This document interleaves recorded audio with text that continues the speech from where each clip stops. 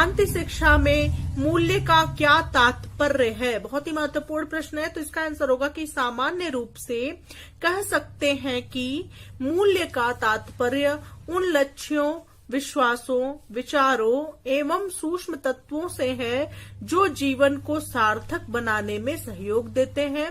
शांति शिक्षा में मूल्यों का विशेष महत्व है। तो सामान्य रूप से हम क्या कह सकते हैं कि मूल्य का तात्पर्य जो है उन लक्ष्यों, विश्वासों, विचारों एवं सूक्ष्म तत्वों से है जो जीवन को सार्थक बनाने में सहयोग देते हैं। शांति शिक्षा में मूल्यों का क्या होता है? विशेष महत्व होता है। अगला क्वेश्चन नंबर 2 है फ्रेंड्स, योग सूत्र के 8 अंग कौन कौन से हैं? तो इसका आंसर होगा योग सूत्र में बताए गए 8 अंग हैं। यम, नियम, आसन, प्राणायाम, प्रत्याहार, धारणा, ज्ञान, समाधि। तो ये सभी जो है योग सूत्र में बताए गए 8 अंगों के नाम हैं। अगला क्वेश्चन नंबर 3 है फ्रेंड्स, हिंसा के कौन कौन से प्रकार हैं? तो इसका आंसर होगा कि हिंसा के प्रकार निम्नलिखित हैं। पहला है आपका मौखिक हिंसा, दूसरा है मनोवैज्ञानिक हिंसा, तीसरा है शारीरिक हिंसा, चौथा है ढांचागत हिंसा और 5वां है लोकप्रिय संस्कृति में अश्लीलता। तो ये 5 प्रकार हिंसा के अंतर्गत आते हैं। नेक्स्ट क्वेश्चन नंबर 4 है फ्रेंड्स, व्यक्तित्व के 5 गुण कौन कौन से हैं? तो इसका आंसर होगा कि व्यक्तित्व के 5 बड़े गुण हैं। पहला है गुण है खुलापन, दूसरा है चैतन्यता, तीसरा है बहिर्मुखता, चौथा है सहमति जन्यता और 5वां है स्नायु विकृति। तो ये 5 प्रमुख गुण व्यक्तित्व के अंतर्गत आते हैं। पहला हो गया आपका खुलापन, याद रखिए बिल्कुल, दूसरा है चैतन्यता, तीसरा है बहिर्मुखता, चौथा है सहमति जन्यता और 5वां है स्नायु विकृति। क्वेश्चन नंबर 5 देख लेते हैं फ्रेंड्स, भारत में राष्ट्रीय मानवाधिकार आयोग का गठन कब और किस उद्देश्य से हुआ था? बहुत ही महत्वपूर्ण प्रश्न है ये, आ चुका है, ये सभी क्वेश्चन आ चुके हैं, रिपीटेड क्वेश्चन है। अगला क्वेश्चन है, इसका आंसर क्या होगा कि मानवाधिकार के बारे में? तो 12 अक्टूबर 1993 को, ये आपका ऑब्जेक्टिव में भी पूछा जा चुका है और वेरी शॉर्ट में भी पूछा जा चुका है। तो ये प्रश्न बहुत ही महत्वपूर्ण बनता है। तो 12 अक्टूबर 1993 को भारत सरकार ने राष्ट्रीय मानवाधिकार आयोग का गठन किया था। तो इसका गठन जो है 12 अक्टूबर 1993 को हुआ था। और किसने किया था? भारत सरकार ने राष्ट्रीय मानवाधिकार आयोग का गठन किया था। इसका उद्देश्य भारतीय नागरिकों को न्याय, स्वतंत्रता, समानता, बंधुत्व, राष्ट्रीय एकता तथा अखंडता आदि मानवाधिकारों पर बल देना था। अगला क्वेश्चन नंबर 6 है फ्रेंड्स, आपके मतानुसार शांति के प्रमुख घटक कौन कौन से हैं? तो इसका आंसर होगा कि शांति के प्रमुख घटक निम्न प्रकार से हैं। पहले आप ये लिखेंगे कि शांति के प्रमुख घटक निम्न प्रकार से हैं। तो पहला घटक है अहिंसा, सत्याचरण मतलब सत्य भरा आचरण मतलब सत्य बोलना, और सहनशीलता, समानता, अनुकंपा, दयालुता, मित्रता, उदारता, खुलापन, आपसी समझ एवं बातचीत, प्रेम पूर्वक व्यवहार और आपसी भाईचारा इत्यादि जो है शांति के प्रमुख घटक हैं। नेक्स्ट क्वेश्चन नंबर 7 है फ्रेंड्स, मीडिया के अंतर्गत कौन कौन से संचार माध्यमों को सम्मिलित किया जाता है?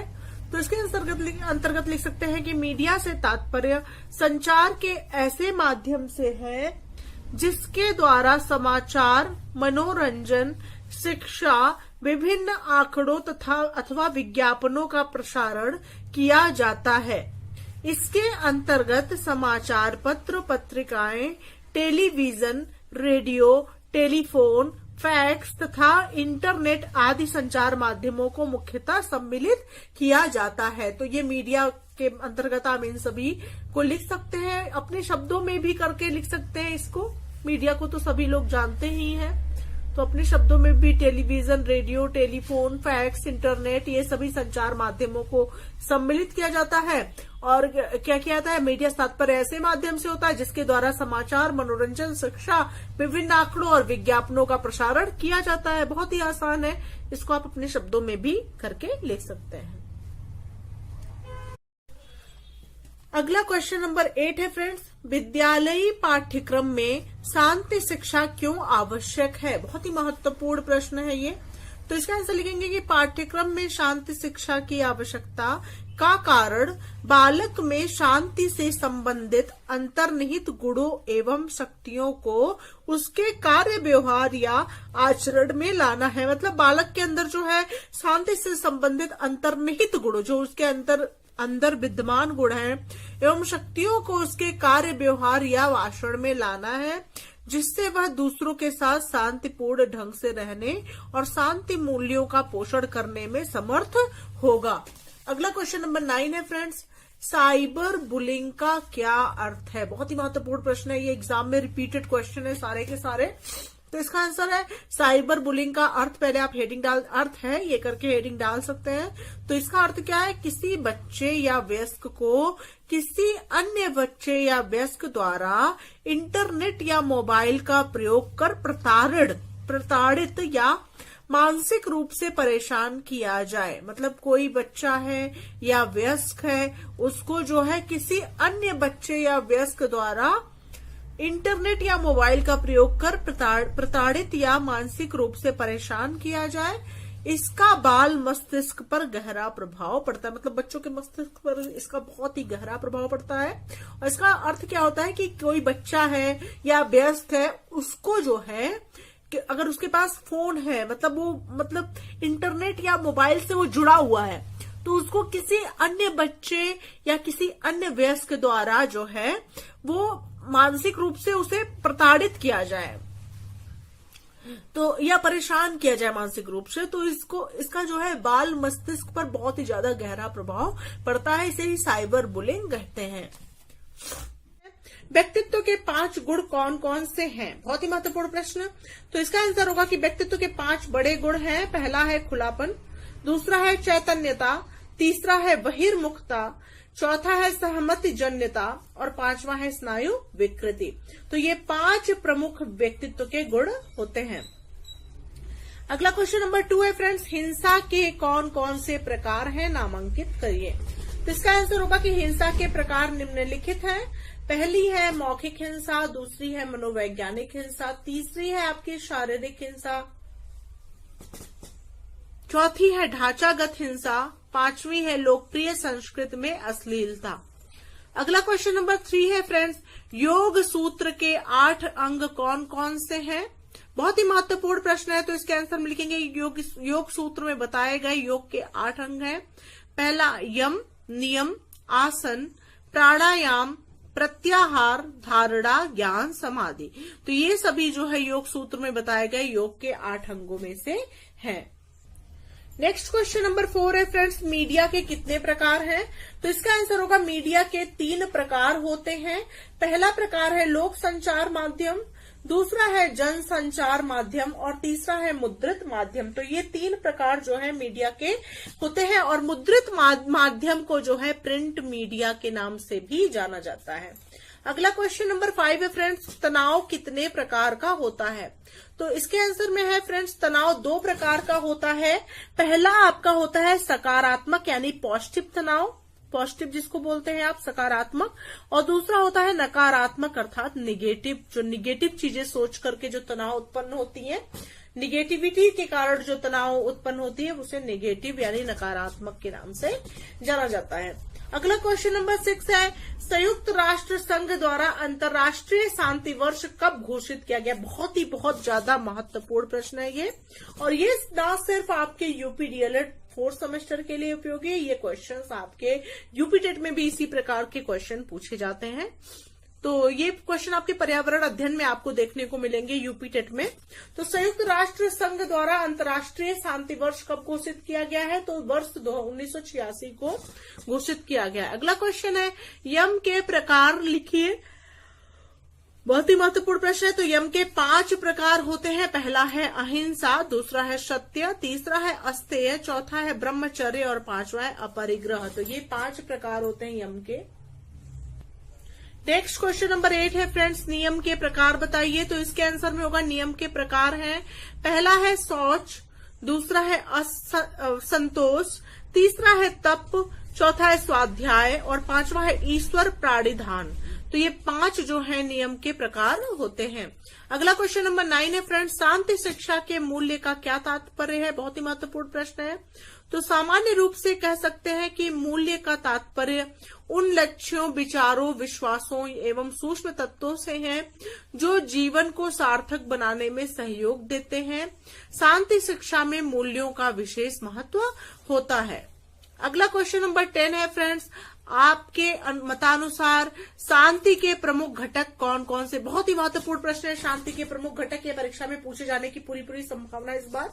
तो शांति के प्रमुख घटक है, पहला घटक है आपका अहिंसा, लिख सकते हैं, दूसरा सत्याचरण, तीसरी है सहनशीलता, फिर समानता, अनुकंपा, दयालुता, मित्रता, उदारता, खुलापन, आपसी समझ एवं बातचीत, सभी से प्रेम पूर्वक व्यवहार, पूर्वाग्रहों से स्वतंत्रता, वैश्विक भाईचारों का दृष्टिकोण इत्यादि ये सभी शांति के प्रमुख घटकों में से हैं। शांति शिक्षा के लिए आवश्यक है तो समस्त विषयों की कक्षा में दी जा सकती है। शांति शिक्षा जो होती है वो समस्त विषयों की कक्षा में शांति शिक्षा के बारे में बताया जा सकता है। अगला क्वेश्चन नंबर 2 है, संयुक्त राष्ट्र की मानवाधिकारों की सार्वभौम घोषणा हुई।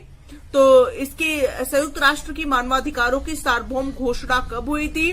तो 1948 में हुई थी। अगला क्वेश्चन नंबर 3 है, बच्चों को सुयोग्य नागरिक बनाया जा सकता है। तो कैसे बनाया जा सकता है, गुणवत्तापूर्ण शिक्षण द्वारा। फ्रेंड्स मैं ऑब्जेक्टिव में 1 लाइनर करके लाई हूं ताकि ऑब्जेक्टिव पढ़ने में टाइम लगता है और टाइम वेस्ट होता है। तो जो जो उसके सुटेबल आंसर्स हैं सिर्फ उन्हीं को मैं लेकर के आई हूँ। पूरे चारों ऑप्शन लेकर के नहीं आई हूँ इस वीडियो में। सभी सब्जेक्ट्स का मैं ऐसे ही प्रोवाइड करा रही हूँ ऑब्जेक्टिव। क्वेश्चन नंबर 4 है, योग दर्शन के प्रणेता हैं पतंजलि, योग दर्शन के प्रणेता हैं। नेक्स्ट क्वेश्चन नंबर 5 है फ्रेंड्स, विश्व भारती की स्थापना की है। तो रविंद्रनाथ टैगोर ने विश्व भारती की स्थापना की है। अगला क्वेश्चन नंबर 6 है, निम्नांकित में से कौन सा गुण व्यक्तित्व के 5 गुणों में शामिल है। तो खुलापन जो है वो व्यक्तित्व के 5 गुणों में सम्मिलित है। अगला क्वेश्चन नंबर 7 है, ऊ डैश अबंधन का निर्माण होता है। तो ऊ डैश अबंधन का निर्माण अनुकूलन के नियम से होता है। अगला क्वेश्चन नंबर 8 है फ्रेंड्स, शांति निकेतन और विश्व भारती की स्थापना की है। तो शांति निकेतन तथा विश्व भारती दोनों की ही स्थापना रविंद्रनाथ टैगोर जी ने की है। कभी कभी ये शांति निकेतन की स्थापना की है करके भी पूछा जा सकता है या विश्व भारती की स्थापना करके पूछा जा सकता है। तो आप लोग बिल्कुल ध्यान में रखेंगे कि शांति निकेतन और विश्व भारती अगर क्वेश्चन में आए तो उसकी स्थापना रविंद्रनाथ टैगोर जी ने ही की है। अगला क्वेश्चन नंबर 9 है फ्रेंड्स, निम्नलिखित में से कौन सा लोकतंत्र के सिद्धांत है। तो स्वतंत्रता, समाजवाद और समानता ये तीनों ही लोकतंत्र के सिद्धांत के अंतर्गत आते हैं। नेक्स्ट क्वेश्चन नंबर 10 है, संयुक्त राष्ट्र संघ में शांति और अहिंसा के संस्कृति का अंतरराष्ट्रीय दशक कब घोषित किया था। तो वर्ष 2001 से 2010 तक घोषित किया था। अगला क्वेश्चन नंबर 11 है, अंतर्राष्ट्रीय शांति वर्ष घोषित हुआ। तो 1986 में अंतर्राष्ट्रीय शांति वर्ष घोषित हुआ था। नेक्स्ट क्वेश्चन नंबर 12 है, स्वामी विवेकानंद का जन्म हुआ। तो 1863 में स्वामी विवेकानंद जी का जन्म हुआ था। नेक्स्ट क्वेश्चन नंबर 13 है, सारी शिक्षा शांति के लिए ही है, यह कथन किसका है। तो यह कथन मारिया मोंटेसरी का है कि सारी शिक्षा शांति के लिए ही है। अगला क्वेश्चन नंबर 14 है, शांति की दृष्टि से निम्नांकित में से कौन सा गुण आवश्यक है। तो शांति की दृष्टि से इन सभी मतलब जो भी ऑप्शन दे रहेंगे उनमें से जो है भाईचारा सबसे ज्यादा ही महत्वपूर्ण है शांति की दृष्टि से। अगला क्वेश्चन नंबर 15 है फ्रेंड्स, वॉटसन ने व्यवहार के लिए किसको महत्वपूर्ण माना था? तो वॉटसन ने व्यवहार के लिए उद्दीपन व अनुक्रिया दोनों को ही महत्वपूर्ण माना था। अगला क्वेश्चन नंबर 16 है, निम्नलिखित में से कौन सा कारक रसेल के अनुसार चरित्र का आधार नहीं है? तो रसेल के अनुसार जो है नैतिकता एक ऐसा कारक है जो चरित्र का आधार नहीं होता है। अगला क्वेश्चन नंबर 17 है, पतंजलि के अनुसार योग का अर्थ है? तो पतंजलि के अनुसार योग का अर्थ होता है चित्त वृत्ति का निरोध। पतंजलि के अनुसार योग का अर्थ क्या है? चित्त वृत्ति का निरोध। बिल्कुल याद कर ले, 1 से 2 बार आप वीडियो को देखेंगे तो आपके दिमाग में बिल्कुल बैठ जाएगा इस सब क्वेश्चन का आंसर। क्वेश्चन नंबर 18 है फ्रेंड्स, संयुक्त राष्ट्र संघ यूएनओ जिसको आप बोलते हैं का गठन कब हुआ था? बहुत ही महत्वपूर्ण प्रश्न है ये एग्जाम के लिए, बहुत ही ज्यादा। तो 24 अक्टूबर 1945 को जो है संयुक्त राष्ट्र संघ यूएनओ का गठन हुआ था। अगला क्वेश्चन नंबर 19 है, सांसारिक दुखों से मुक्ति का अष्टांगिक मार्ग बताया है? तो सांसारिक दुखों से मुक्ति का अष्टांगिक मार्ग जो है महात्मा बुद्ध ने बताया है। नेक्स्ट क्वेश्चन नंबर 20 है फ्रेंड्स, सतत विकास क्यों आवश्यक है? तो शुद्ध एवं स्वच्छ पर्यावरण, मतलब सतत विकास में क्या आवश्यक है जो है, सतत विकास क्यों आवश्यक है? तो सतत विकास शुद्ध एवं स्वच्छ पर्यावरण को लाने के लिए आवश्यक होता है। शुद्ध एवं स्वच्छ पर्यावरण इसके माध्यम से प्राप्त होता है।